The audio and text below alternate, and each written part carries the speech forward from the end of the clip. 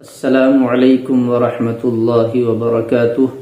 امید ہے کہ میرے تمام احباب خیر و عافیت سے ہوں گے۔ دیکھیے، علامہ ابن سیرین رحمۃ اللہ علیہ نے حضرت داؤد علیہ السلام کی کتاب جو زبور ہے اس کی تعبیر بھی بیان فرما دی، اور یوں بیان فرمایا کہ اگر کوئی شخص خواب میں زبور کو دیکھتا ہے تو اس کے لیے بڑی خوش قسمتی کی بات ہے۔ زبور کو اگر پڑھتا ہے تو زہد تقوی پر دلیل ہے، نیکی کی طرف رغبت کرے گا، نیک بنے گا، دل سے بغض کینہ حسد نکلے گا۔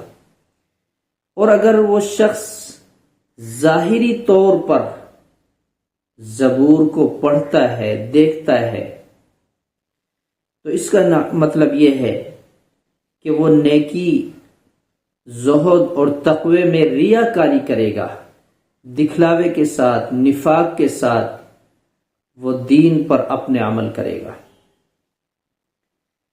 حضرت جابر مغربی رحمۃ اللہ علیہ فرماتے ہیں کہ خواب میں زبور کا دیکھنا اس کی نیت پر دار و مدار ہے۔ اگر وہ اچھی نیت کے ساتھ پڑھتا ہے، زہد تقوی کے ساتھ پڑھتا ہے، تو مال دولت میں بھی اضافہ ہوگا، ایمان اور زہد تقوی میں بھی اضافہ ہوگا۔ اور اگر ظاہری طور پر ریاکاری کے ساتھ پڑھتا ہے تو اس کے دین اور دنیا کا بھی فساد ہے۔